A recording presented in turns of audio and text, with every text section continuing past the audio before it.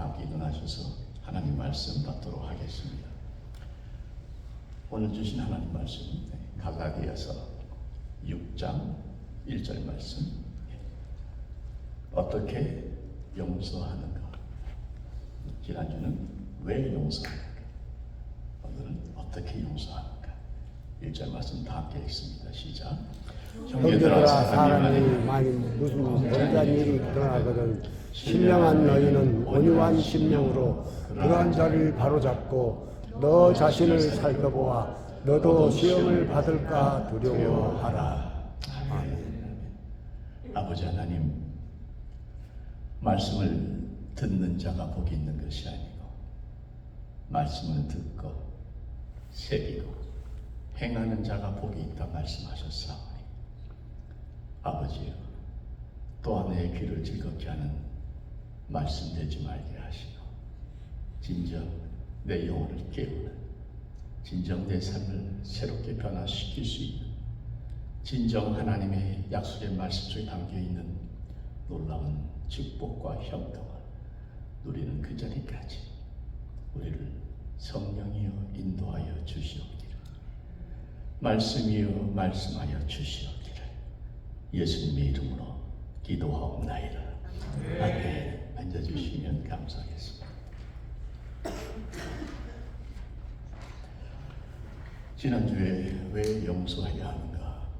오늘 찬양 가사에 다 나오네. 우리가 용서받았으니까 당연히 용서해야죠. 플러스 제가 세 가지 이유를 말씀을 드렸습니다. 혹시 기억하시는 분 계십니까? 왜 용서해야 하는가? 한 가지 아무거나. 용서받기 위해서. 그렇죠. 내가 용서받기 위해서 용서합니다. 용서하지 아니하십니까? 예. 아멘. 예, 첫 번째고, 예. 두 번째는 내가 살기 위해서. 할렐루야. 용서하지 않는 내가 죽어요. 왜? 은혜가 막힙니다. 은혜가 막힙니다. 기도가 막힙니다. 예배가 막힙니다. 내 영혼이 죽습니다. 내 가정이 죽습니다. 내가 살기 위해서. 은혜가 막히니까. 세 번째는 마귀에게 틈을 주지 않기 위해서. 그놈의 마귀, 지긋지긋한 마귀는 수시로 틈을 노리고 있어요. 24시간. 잠도 안 자고 틈을 주지 않기 위해서. 아멘. 자, 그래서 오늘은 그러한 용서를 우리가 어떻게 해야 되는가 말씀을 나눌 텐데, 사실 용서라는 것이요, 의외로 굉장히 어렵습니다. 하기도 어렵지만 신앙적으로도 많이 어렵습니다. 자주 말씀드리겠지만 용서하라는 말씀도 있고 무조건적으로 용서하라는 말씀도 있고 이런 것이 있고, 또 어떤 때는 형제가 죄를 짓거든 경고하고 회개하거든 용서하라 하는 말씀도 있어요. 또 잘못했을 때 가서 한 사람이가 지적하고 그 말을 안 들으면 둘이가 온 교회 앞에서 그래도 안 들으면 용서하라? 아니에요. 아예 그냥 외인처럼 여기가 됐거든요. 상당히 혼동이 올 수가 있습니다. 일주일 동안 저도 고생을 좀 했습니다. 이 답을 찾아가야 되니까 제가 잡은 맥을 소개해 드릴 텐데 한번 들어보세요. 거기 아웃라인이 써 있습니다만은 용서를 할 적에 어떻게 용서하는가? 마음의 용서는 무조건적으로, 관계의 용서는 또는 관계의 회복은 조건적으로. 이게 맥입니다. 내 마음속에서 하는 용서는 무조건적으로 해야 됩니다. 아까 세 가지, 네 가지, 더 이유는 많습니다. 그런데 관계의 용서, 관계의 회복은 내가 혼자 살 수 있는 게 아니라는 거예요. 차츰 말씀드리겠습니다만은 관계는 나와 너가 맞춰줘야 됩니다. 그건 조건적인 용서가 되겠습니다. 제가 말씀을 좀 풀어드릴 테니까 일단 잘 따라와 주시면 될 텐데, 가능한 노트를 적으십시오. 참 제가 생각해 중요한 것도 조금 어렵기 때문에 핵심은 두 가지죠. 용서는, 마음의 용서는 무조건적으로 하라. 여러분, 용서가 무엇인가? 지난주 말씀드렸습니다만 용서란 내 마음에 독을 빼는 것이다. 독사가 나를 물었어요. 근데 그 나를 물은 독사를 죽이려고 쫓아갑니까? 먼저 독부터 빼야죠. 용서하지 아니하면 내 마음속에 분노가 미움으로, 미움이 원한으로, 원한이 복수로 점점 더 썩어갑니다. 그래서 내 영혼에 독이 되기 때문에 그것을 디톡스, 독을 빼는 것이 바로 용서라는 말씀을 드렸습니다. 또 용서를 하는 것은 내가 내 마음에 스스로 나를 가두고 있는 감옥에서부터 자유해지는 것이다. 감옥이에요. 미움과 분노와 원한과 복수심의 감옥 속에서 창살을 뚫고 나가서 창창한 하늘을 향해서 힘차게 솟아오르는 독수리처럼 날아 올라갈 수 있는 마음껏 자유롭게 날아가는 감옥에서부터의 탈출. 또 하나는 용서란 내 마음을 짓누르고 있는 그 무거운 짐에서부터 나 자신을 놓는 것이다. 정말 잔인할 정도로 나를 누르는 그 무거운 마음의 짐에서부터 내가 거의 깔리지 아니하고 다 벗어 던지는 것이 용서다. 왜 무조건적인 용서인가? 하나님이 무조건적으로 우리를 용서하셨기 때문에 그렇습니다. 용서하지 않으면 은혜가 막히고요, 마귀가 든다. 그래서 욥기에 보면 18장 4절에 이런 말씀이 있습니다. 울분을 터뜨리며 자기 자신을 찢는 사람아, 용서하지 않고 울분을 터뜨리는 사람은 결국 자기 자신을 찢는다. 결국 내가 다 힘들기 때문에, 안고사님 말씀처럼 내가 죽기 때문에 용서해서 살아야 되는 것이죠. 이렇게 말씀을 드려도 그래도 용서가 힘든 분들이 계세요. 그분이 잘못된 게 아닙니다. 그분이 받은 상처가 너무 크면 그럴 수 있어요. 마음속에 새겨진 원한이 너무 깊으면 하고 싶은데 안 되는 게 용서하는 건 제가 잘 압니다. 어떤 분 6개월, 1년씩, 어떤 분이 일평생 용서할 수 있기를 원합니다 하면서 1년씩 가는 분들도 있습니다. 그런 분들을 위해 조금 도움이 되기 위해서 제가 조금 더 말씀을 드리면 두 가지를 더 여러분들에게 권면해 드립니다. 왜 용서해야 하는가 하면 마지막 최종 판단은 하나님께서 하시는 것을 믿으라는 거죠. 최종 판단은 하나님께서 하심을 믿으라. 용서는 무조건적으로 하되 하나님께 최종 판단하심을 믿으라. 거기 나오는 말씀은 다윗이 억울하게 사울에게 쫓겨다니다가 동굴에 숨었는데 사울 왕이 발을 가리러 그 굴에 들어옵니다. 참 표현도 은혜롭게 잘했어요. 발을 가리러 들어갔어요. 사울을 얼마든 죽일 수 있었지만 옷자락만 메고 그를 살려줍니다. 그리고 사울이 어느 정도 갔을 때에 다윗이 옷자락을 들면서 사울 왕을 불러서 이렇게 얘기를 하는 거죠. 여호와께서는 나와 왕 사이를 판단하사 여호와께서 나를 위하여 왕에게 보복하시려니와 내 손으로는 왕을 해하지 않겠나이다. 여기에 용서에 중요한 또 하나의 이유가 있죠. 사울 왕이여, 난 지금 너무나 억울하지만 내가 내 손으로 직접 당신에게 보복하지 않겠습니다. 왜? 하나님께서 판단하신 것이고 하나님께서 나 대신에 나를 보복해 주실 것이기 때문에 나는 하나님께 맡기겠습니다. 그의 고백대로 하나님께서 사울 왕에게 그대로 보복해 주셨고 다윗을 크게 세우신 것을 우리가 알고 있습니다. 그래서 우리가 할 것은 원수 갚는 것이 아니고 보복하는 것이 아니고 하나님께 맡기고 용서하고 기도하는 거죠. 제가 좋아하는 말씀이 그거예요. 나는 사랑하나 그들은 도리어 나를 대적하니 나는 기도할 뿐이라. 여러분 이런 말씀 좀 암송하면 참 좋습니다. 한 번 더 할까요? 나는 사랑하나 그들은 도리어 나를 대적하니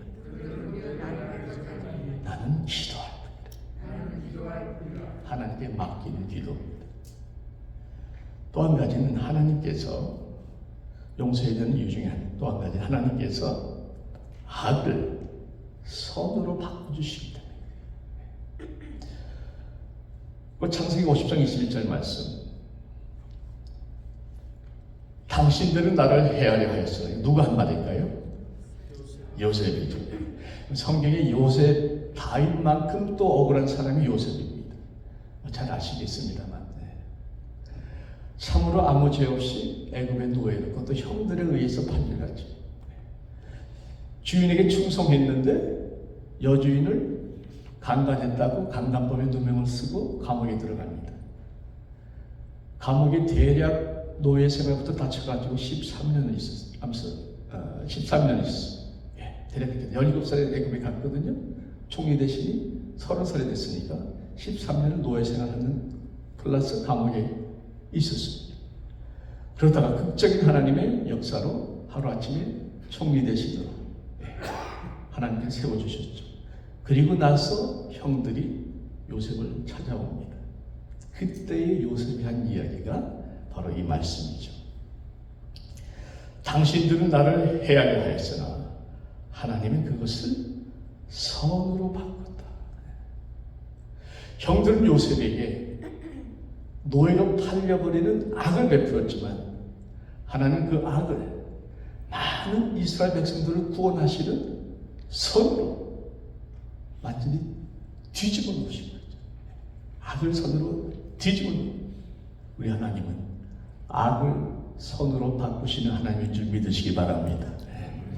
그걸 믿으면 우리에게 악으로 대하는 사람들을 우리는 선으로 용서할 수 있습니다. 그럼 제가 좋아하는 말이 있습니다. 제가 어디서 너무 좋아 적어놨는데 소개해드릴게요. 공존하기 아까울 정도로 제가 참 좋아하는 말이에요. 잘 들어보십시오. 다윗이 골리앗을 만나지 못했다면 그는 지금도 들에서 양을 치고 있었을 것입니다. 얄것 때리는 말 아닙니까? 다윗이 원수였던 악의 상징 골리앗을 만나지 못했더라면 다윗은 지금도 평범한 목독에 불과했을 것이다. 악인 골리앗을 만났기 때문에 다윗이 이스라엘을 구하는 영웅으로 선을 이루는 역사를 이룬 거 아닙니까? 이게 악이 선으로 바뀌는 이러한 역사가 되는 것이죠. 한나 아시죠? 한나의 라이벌. 한나가 본부인이고 세컨드가 있었습니다. 누굽니까? 분인나가 얼마나 한나를 괴롭혔는지. 분인나는 애가 있었잖아요. 한나는 아이가 없었습니다. 얼마나 괴롭혔는지 한나가 성전에서 통곡을 하며 하나님께 기도합니다. 하나님, 저에게도 아들만 하나 주시면 하나님께 바치겠습니다. 그리고 받은 축복이 사무엘 선지자 아닙니까? 생각해 보세요. 만약에 분인나가 그렇게 악하게 한나를 괴롭히지 않았더라면 한나가 그렇게 간절하게 통곡하며 기도했을까? 만약 한나가 그렇게 통곡하며 기도하지 않았더라면 하나님께서 한나를 택해서 사무엘을 보냈었을까? 분인나가 있었기에 한나가 기도를 했고 한나의 통곡 소리에 응답하신 것이 사무엘이라면 하나님께서 분인나도 쓰신 것이죠. 골리앗도 쓰신 것이죠. 하나님께서 악을 선으로 바꾸신 하나님인 것을 경험토록 하기 위해서 하나님은 때때로 우리에게 악을 허락하십니다.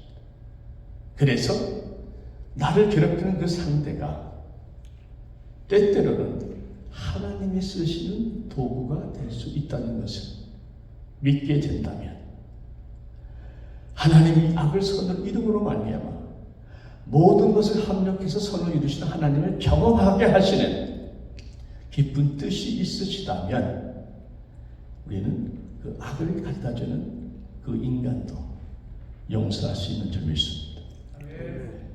그래요. 악을 손으로 바꾸신 하나님. 여러분, 우리가 왜 용서합니까? 내가 살기 위해 용서하는 것이고, 내가 복받기 위해 용서하는 것이고, 내가 악을 선으로 바꾸시는 하나님을 체험하기 위해서 우리는 용서하는 겁니다. 자, 여기까지는 왜 용서하는가 한 번 더 강조해 드렸고요. 그 다음에 내가 깊이 내 마음속의 상대를 진심으로 용서했으면 그 다음에는 그 상대와의 관계를 회복시켜야 됩니다. 그렇죠? 용서를 했다고 하는데 서로 만날 때마다 얼굴이 딱 들어요. 저 인간만큼은 못 보겠어요. 어쩌다 마주치면 서로 째려요. 째리든 뭐 돌이키든 말 한마디 섞지 않고 늘 그렇게. 그럼 용서한 겁니까? 안 합니까? 관계가 회복이 안 되면 용서했다는 건 사실 어떤 면에서 거칠에 불과한 거죠. 자, 그런데 이 관계의 회복이 마음속에서 용서하는 것보다 관계에서 용서하는 게 더 어렵습니다. 여기서부터 잘 들으셔야 돼요. 자, 관계 용서, 관계 회복은 조건적이라고 말씀드렸습니다. 조건적으로 하라. 자, 그럼 바로 반란이 들어올 수 있죠. 목사님, 이런 것이 7번, 그 어디 갔습니까? 주님이 얼마나 강조했습니까? 원수 사랑하라 어디 갔습니까? 네, 그 말씀도 맞아요. 그런데 주님께 또한 누가복음 17장 3절 말씀을 해주셨는데 제가 노트에 안 적었네요. 네, 제가 읽어드리겠습니다. 누가복음 17장 3절에 만일 내 형제가 죄를 범하거든 경고하고 회개하거든 용서하라. 누가복음 17장 3절입니다. 죄송합니다. 이 말씀에서는 무조건 용서가 아니에요. 경고하고 회개하거든 용서하라고 하셨단 말씀이죠. 그럼 질문, 이런 것이 7번 무조건 용서해야 하는 겁니까? 아니면 경고하고 회개하거든 용서해야 하는 겁니까? 여기서 나오는 것이 마음의 중심에서는 이런 것이 7번이라도 무조건 용서해야 하지만 그 사이의 관계에서는 상대방에게 그 죄를 경고하고 상대가 회개하지 않는다면 우리도 그 관계를 계속해 가야 할 책임이 없다 하는 것을 말씀을 드리는 겁니다. 왜냐하면 상대가 회개하지 않는데 다 덮어요. 다 용서했어요. 이런 것이 7번 용서했어요. 그러면 이전으로 돌아가면 대부분의 경우에 문제는 또 반복됩니다. 심지어 더 심해질 경우가 많습니다. 좋은 예가 아내를 폭행하는 남편이 있다고 칩시다. 여러분, 아내를 폭행한다 하니까 놀라지만 놀랄 거 없어요. 남편도 얻어맞는 남편 많죠. 제가 정말 혹시 해가지고 이럴 때 이 아이가 편하더라고요. 제가 쳤어요. 미국에서 아내, 배우자나 여자 친구에게 얻어맞는 남자의 수는 얼마나 되는가 딱 쳤더니 쫙 나와요. 10분의 1입니다. 10명 중에 1명은 남자가 여자한테 얻어맞은 경험이 있다. 그래서 덧붙인 설명이 뭐냐? 이 숫자는 상당히 실제보다 낮을 거다. 왜? 남자들이 자존심이 있어서 얻어맞아도 얘기를 잘 안 한단 말이에요. 폭행하면 남자나 여자나 뭐 같이 갑니다. 또 꼭 주먹만이 폭행이 아니죠. 어느 폭행도 심합니다. 자, 이런 걸 당했을 때에 남자가 그랬다 치면 아내 입장에서 이런 것이 7번 정말 믿음 좋게 용서했지. 아름다운 거죠. 순종하는 차원에서 아름다운 거죠. 근데 남편의 입장에서 보면 아내가 그걸 다 받아들이는 것처럼 해석할 수 있습니다. 시간이 지나면서 점점 더 그게 심해질 수 있고 나중에는 비극으로 끝날 수가 있는 거란 말이죠. 분명히 말씀드립니다. 어느 누구든 간에 폭행을 당할 적에는 절대 그냥 넘어가면 안 돼요. 확실한 조치가 처음부터 있어야 돼요. 뭐 법정의 티아라로 해서 템포럴 리스트레인 오더를 해가지고 접근 금지를 딱 하든지, 경찰이 개입해가지고 확실하게 법적인 조치를 하든지, 아니면 임시로도 벌거를 하든지 확실하게 조치를 해야지 얻어맞고 사는 배우자들 의외로 많아요. 용서한단 말이에요. 문제 해결이 되지 않는 겁니다. 오히려 더 악화되는 거죠. 그런 차원에서 마음의 용서와 관계의 용서를 구별해야 된다는 말씀이죠. 용서는 내 마음속에서 무조건 할 수 있고 또 해야 돼요. 하지만 관계가 회복되려면 그 문제가 반복되지 않도록 확실한 조건이나 조치가 필요하다는 거죠. 또 한 가지, 이 관계가 과연 내가 계속 품고 가야 되는 관계인지, 아니면 이제는 렛고 내려놓아야 하는 관계인지, 이거를 우리가 판단을 해야 돼요. 어떻게 판단하는가? 내가 이 사람과 같이 갈 것인가 아닐 것인가 판단하는 기준이 어디에 있냐면, 그 사람하고 만나서 화해를 시도해보면 답이 나와요. 만나세요. 덮을 거 없이 명확한 죄는 만나서 대면을 해야 됩니다. 성경은 우리가 화해를 할 적에 어떻게 해야 하는가를 의외로 자세히 설명해 주고 있어요. 그 말씀을 본문 말씀이 갈라디아서 말씀입니다. 다시 보시죠. 형제들아, 사람이 만일 무슨 범죄한 일이 드러나거든 신령한 너희는 어떻게 합니까? 온유한 심령으로 그러한 자를 바로잡고, 바로잡되 온유한 심령으로 바로잡으라는 말씀은 상대를 정죄하지 말라는 겁니다. 우리는 그를 정죄하기 위해서 만나는 것이 아니고, 그가 상대가 자기의 잘못을 스스로 깨닫도록 도와주기 위해서 만나는 거예요. 다시 말씀드려요. 정죄하기 위해서 만나는 것이 아니라 그 자기의 죄를 깨닫도록 도와주기 위해서 만난다는 겁니다.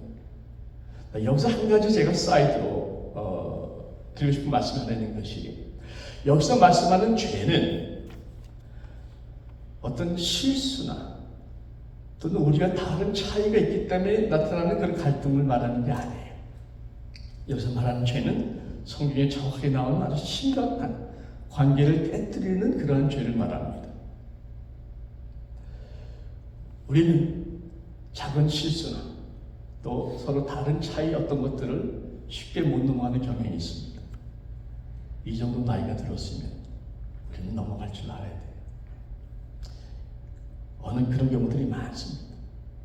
어떤 분이 라이드를 약속했어요. 근데 이분이 깜빡하고, 뭐 치매까지는 아니지만 깜빡했습니다. 늦었다 싶어 부랴부랴 달려가는 1시간 정도. 이분은 기다리면서 뭘 생각했는가? 이 인간이 나를 무시해도 이렇게 무시하네. 내 인격을 이렇게 무시하네. 미안하다고 깜빡했다 해도 당신이 나를 그렇게 무시하는 마음이 있었기 때문에 잊어버린 거다 이거예요. 그게 내 딸을, 여러분, 실수한 거하고 의도적으로 무시하는 건 다르지 않습니까? 넘어갈 건 넘어가야죠. 나와 다른 것을 품을 줄 알아야 됩니다. 이건 정말 중요해요. 나하고 다른 것이 틀린 것이 아니라는 얼마나 말씀드렸어요? 수없이 많은 교회에서 갈등의 씨앗이 어디서 시작되는가? 회의에서 시작됩니다. 회의에서 의견이 다를 수 있죠. 김 집사와 박 집사가 의견이 달라요. 그러면 김 집사는 박 집사님의 의견에 대해서 반대의 의견을 한 것이지, 박 집사 자체를, 박 집사의 인격을 반대한 게 아니지 않습니까? 근데 많은 경우에 박 집사는 김 집사가 자기를 개인적으로 반대했다고 퍼스널하게 받아들인다는, 이게 실제 상황입니다. 25년 동안 회의를 제가 얼마나 많이 해봤겠어요. 그래서 제가 회의 때마다 저희 교회에서 꼭 제가 강조하고 시작한 게 있습니다. 의견과 인격을 섞지 말라. 의견은 얼마든지 다를 수 있어요. 이다희 목사님은 저하고 정말 저는 이다희 목사의 사랑과 존경합니다. 목사는 목사 볼 줄 알거든. 그러나 목회하다 보면 의견이 다를 수 있어요. 의견이 다르다고 해서 내가 이 목사님을 반대하는 게 아니잖아요. 의견을 반대, 모든 일이 똑같은 건 공산주의죠. 그거는 언론의 차이가 없는 거죠. 반대할 때 반대할 수 있어야 됩니다만은 그 반대가 나를 반대하는 게 아니고 서로 생각이 다를 뿐인데 왜 거기에 감정이 들어가냐?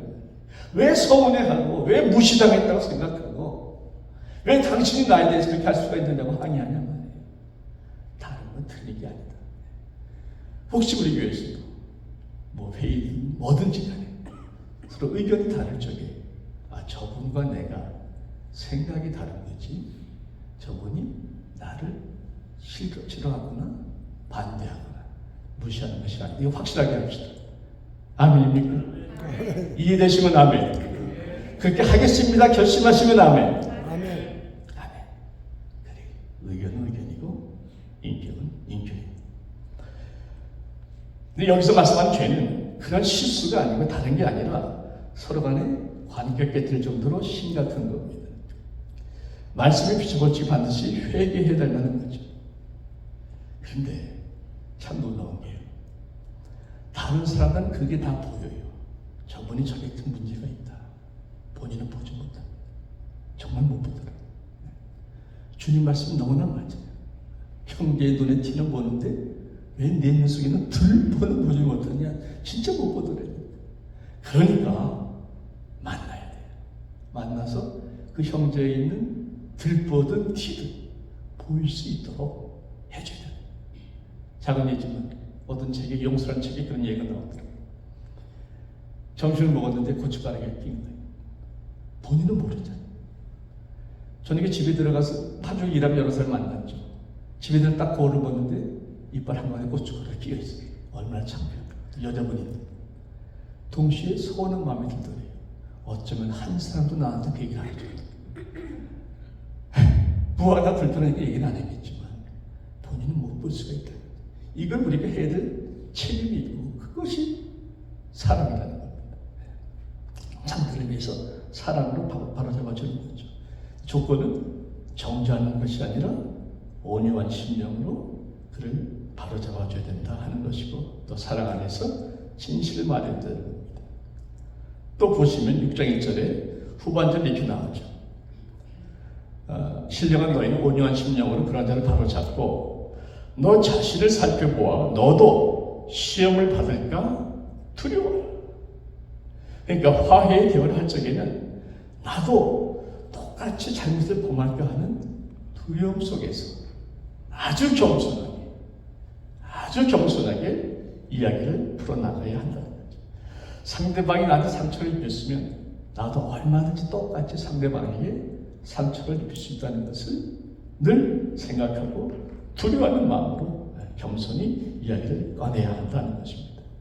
자, 정리합니다. 마지막으로 아주 구체적으로 실제적으로 이 둘이 만나서 화해의 대화를 시도합니다. 이 내용이 참 좋아서 제가 여러분께 소개해드리는데 팀 켈러 목사님이 용서를 배우다 그런 책일 거예요. 그 책에 나오는 내용인데 굉장히 저한테는 아이 오프닝이었고 여러분에게도 꼭 도움이 될 줄은 이 방식 순서대로 가면 웬만한 분들 다 화해할 수 있습니다. 목사님 뭔 소리입니까? 말씀드릴게요.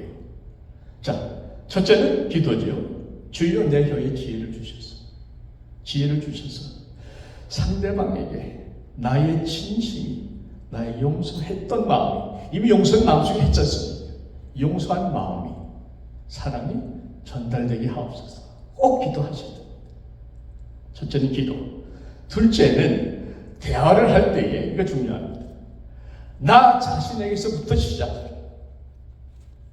우리 대부분 딱 말하면 어떻게 됩니까? 당신 이룰 수 있으기는 합니다. 그게 아니고 나로부터 시작하는 무슨 말이냐면은 여러분 모든 관계는 예수님 빼고는 100% 맞고 100% 틀린 게 없습니다. 아무리 남편이 폭언을 심하게 했다 치더라도 남편 편을 드는 게 아니라 어느 정도의 원인 제공은 아내가 한 거예요. 아내가 천사같이 웃고 있는 남편이 그렇게 화를 내고 폭언하지는 않습니다. 그래서 모든 관계는 최소한도의 서로 간에 어느 정도의 책임이 섞여 있다는 것이죠. 그래서 예를 들면 내가 아무리 봐도 나는 5% 정도 내가 좀 마음에 걸리는 게 있습니다. 그러면 그 5%에 집중하라는 거예요. 상대방 95%는 나중 얘기고 먼저 내가 그 5%를 잘못했다. 거기서 시작하라는 거죠. 그래서 그 5% 내가 잘못했던 생각이나 말이나 행동들을 상대방에게 그대로 얘기를 하는 거예요. 내가 이거는 실수한 것 같다. 이거는 잘못 생각한 것 같다. 이건 내가 실제로 절제하지 못하고 잘못 행동했다. 다 얘기를 다 하는 거예요. 그리고 물어보세요. 혹시 당신이 생각하기에 내가 빠뜨린 게 있냐? 내가 더 잘못한 게 있는지 좀 얘기 좀 해달라. 내 잘못한 것을 얘기를 좀 해달라. 이렇게 부탁하라는 거죠. 난 정말 들을 준비가 되어 있습니다. 그러면 상대방이 때 만난 물고기 아닙니까? 막 얘기할 거란 말이죠. 그때에 끝까지 참고 들으세요. 이게 좀 억울하죠. 틀린 얘기도 많이 있죠. 난 5%인데 이 친구 내가 90%째 얘기하는 그게 아니고 막 나오잖아요. 그걸 참으시죠. 참고 오해에 할지라도 바로바로 해명하려 하지 말고 절대 중간에 말 끊지 말고 공감의 법칙 이때 써야 됩니다. 어렵지만 그 공감을 해주는 거예요. 정말 그랬구나. 당신 정말 힘들었겠다. 많이 아팠겠다. 정말 미안해. 앞으로 그렇게 안 하도록 노력하겠다. 그게 일일이 들어주고 공감해주고 지지해주고. 노트에 적으세요. 꼭 잊어버립니다. 이런 거는 원하지 않는 건 다 잊어버리더라고요. 적어놓으세요. 끝까지 들어요. 공감해주라. 그 다음에 그 잘못된 얘기 다 듣고 나면은 마음을 딱 정돈하고 사과하세요. 잘못을 인정하세요. 웬만한 변명 안 하는 게 훨씬 더 낫습니다. 그 당시에는 안 먹힙니다. 회개하고 비록 5%밖에 불과하지만 남 탓하지 않고 5% 내가 잘못했으니까 인정하고 그리고 앞으로 이렇게 고치겠다. 계획까지 이렇게 달라지겠다. 이런 일은 없도록 하겠다. 여기까지 구체적으로 내가 변하겠다 약속하지 하라는 거. 하실 수 있는 분만 하면 어찌 하면서 이렇게 쉬울 줄 알았어요. 한 번 더 하시겠다는 분만 하면 이게 기회예요. 이게 기회. 왜냐하면 내가 그렇게 참고 들어주고 내가 먼저 잘못을 고백하고 5%지만 내가 90%처럼 고개를 숙이면 다음 장에 상대방한테 넘어가지 않습니까? 가기 전에 대부분의 경우 자기도 잘못했다고 나옵니다. 자기도 인간인데 알잖아요. 분명히 내가 잘못한 것도 많은데 본인이 다 뒤집어 쓰는 것 같으니까 자연스럽게 사실은 나도 미안한 게 있다. 이게 대부분은 나옵니다. 통계적으로 그래요. 그렇게 해서 내가 당신 얘기하기 전에 당신 그 사람도 자기의 잘못을 인정하고 고백하고 또 회개하고 그게 최고의 화해의 방법. 우리 아멘 한 번 더 하십시오. 그렇게 되는 게 최고의 화해. 서로 자기의 잘못을 고백하면 자연스럽게 그 자리에서 하나 되는 역사가 이루어지는 것이죠. 그런데 만약에 상대가 어떤 잘못도 인정하지 않고 계속 버틸 때 어떤 얘기를 해야죠. 그래서 나는 내가 보기에 여러분 요 I 센텐스와 U 센텐스 여러분 조금 기억하시면 좋습니다. 심각한 대화를 할 적에는요, You did this, you did that 이렇게 나가면 상대방 굉장히 공격적으로 들립니다. 하지 말고 I heard or I felt, I understood 이런 식으로 내가 I나 무슨 얘기냐? 당신이 이거 잘못했잖아. 이건 벌써 화살이 글로 가잖아요. 내가 당신이 그 말을 들었을 적에 내 마음이 많이 힘들었다. 이건 벌써 한다는 게 부드럽잖아요. 당신이 그 말을 해서 내가 힘들었다가 아니라 내가 그 말을 들었을 때에 내 마음을 힘들었다. I sentence로 가능하면 대화를 하는 것이 굉장히 도움이 됩니다. 그러면서 당신이 이렇게 했으니까 그 말이 나한테 이런 영향을 미쳤고 또 당신이 그런 것은 이렇게 다른 걸로 바꿨으면 좋겠다. 희망사항도 얘기할 수 있는 것이고 내가 틀렸다면 지적해달라. 좀 설명을 해달라. 일방도 몰아붙이는 것이 아니라 내 생각이 이런데 혹시 내가 틀렸으면 당신 얘기해야 되는 거죠. 이 기회를 열어주는 거죠. 그럴 경우에 대부분의 경우는 자기 잘못을 인정을 합니다. 그럴 적에 우리는 진정한 용서를 반드시 해야 돼요. 회개하거든 용서하라 했는데 상대방이 잘못을 인정하고 용서를 구할 적에 용서 못해? 이거는 절대로 크리스천이 아닙니다. 회개하거든 반드시 용서해야 되는 거예요. 그런데 상대가 끝까지 버틴다. 당신 잘못했지만 난 잘못한 게 없다. 계속 인정하지 않아요. 그런 적에는 결정하라는 거예요. 이 관계가 회복이 돼야 될 것인지 아니면 내가 놔야 될 것인지 당신이 거기서 결정하라는 겁니다. 왜? 상대가 변하지 않고 그대로 가면 결국은 악순환이 되거든요. 그럴 수밖에 없거든요.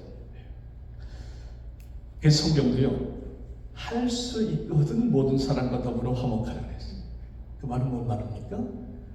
화목할 수 없는 사람도 있을 수 있다는 얘기예요. 할 수 있거든. 주님의 마음으로 우리가 상대방 볼 적에 그런 분도 계세요. 나는 저 사람이 잘못을 인정하지 않다 할지라도 나는 주님의 마음으로 정말 주님의 심장으로 끝까지 저 사람을 주님의 사랑으로 녹이겠습니다. 이런 분 계세요. 할렐루야, 축복합니다. 그렇게 하세요. 또 경우에 따라서 그렇게 관계하는 사람도 계속해서 사랑으로 가다 보면 그 마음이 녹아서 감동 가운데 변화되는 분도 계세요. 그렇게 원하시는 분은 그렇게 하세요. 축복합니다. 그런데 나는 내가 아닌데 그렇게까지 할 수 없을 것 같다. 난 그런 믿음도 안 되고 그릇도 안 되고 사랑도 없고 그런 만한 인내도 없고 그런 분들은 본인이 판단하시면 되는 겁니다. 계속 품고 갈 것인가 아니면 내려놓을 것인가. 그런데 중요한 것은 어떤 판단을 하든 간에 제가 믿는 것은 하나님께서 당신의 결정을 존중해 줄 거라고 저는 믿습니다. 그걸 좀 말씀드리고 싶은 거예요. 의외로 많은 사람들이 자기가 당하고도 내가 용서해야 되는데 용서하지 못한다 하는 죄책감으로 인해서 두 번 더 힘든 일을 겪는 경우들이 많습니다. 당하면서도 용서하지 못한 것에 죄책감이 시달리는 것은 이건 잘못됩니다. 그래서 제가 드리는 말씀은 내가 감당할 수 있을 만큼 감당하되 상대방의 전혀 변할 계획이 없고 회개의 모습도 보이지 않고 그대로 가기를 원한다면 나는 이 관계를 그만두겠다 하고 결단할 수가 있다는 거예요. 아멘. 이거 이해하십시오. 하나님도 그 결단을 존중해 주실 것이라고 저는 믿는 것입니다. 왜? 당신은 할 일을 했어요. 마음을 용서했어요. 화해하기로 했어요. 자기 잘못을 다 고백했어요. 근데 상대방이 변하지 않아요. 그럼 책임은 누구에게 있는 겁니까? 더 이상 당신 책임은 없는 거예요. 끝까지 용서하기 때문에 그것도 할렐루야지만 난 여기서 그만두겠다 하는 것도 할 만큼 했기 때문에 그 이후부터는 책임은 하나님은 그 사람이 묻는 거지 당신에게 묻는 게 아니다 하는 말씀으로 정리를 해드립니다. 아멘입니다. 아멘. 자, 결론을 맺겠습니다. 용서한다는 것은 그냥 상대방이 찾아가서 I forgive you 이거 하는 게 아니에요. 그걸 끝나는 게 아닙니다. 마음으로는 다 용서할 수 있지만 관계의 회복에는 신중한 지혜가 필요해요. 왜냐하면 내가 용서하는 것은 상대방이 어뷰즈할 수 있기 때문에 그렇습니다. 꼭 기억하십시오. 화해의 대화는 나로부터 시작하세요. 내가 5% 잘못했다 할지라도 5%부터 시작하시고 상대방의 잘못을 인정하고 용서를 구하고, 그러면 대부분의 경우 상대방도 자기의 잘못을 고백을 하게 되어 있고 진정한 화해가 이루어지고 우리는 그 형제를 얻게 되는 줄로 믿습니다. 그러나 상대가 어떤 경우도 인정하지 않고 또 회개를 거부한다면 당신은 그 관계를 계속해서 이뤄나갈 책임질 원인은 이유는 없다는 거죠. 주님께서도 형제가 죄를 범하거든 경고하고 회개하거든 용서하라고 말씀하셨기 때문에 그렇습니다. 그럴 경우 해야 될 것은 뭐냐? 그럴 경우 해야 될 것은 기도죠. 나는 사랑하는 저는 나를 대적하니 나는 기도할 뿐이라. 그를 위해서 계속해서 하나님의 사랑으로 또 하나님의 말씀 가운데 변화되고 녹아질 수 있도록 기도할 때에 언젠가 하나님께서 응답하셔서 하나님의 때에 모든 사람들과 화목하게 하는 역사를 이루어 주실 줄 믿습니다. 기도하겠습니다.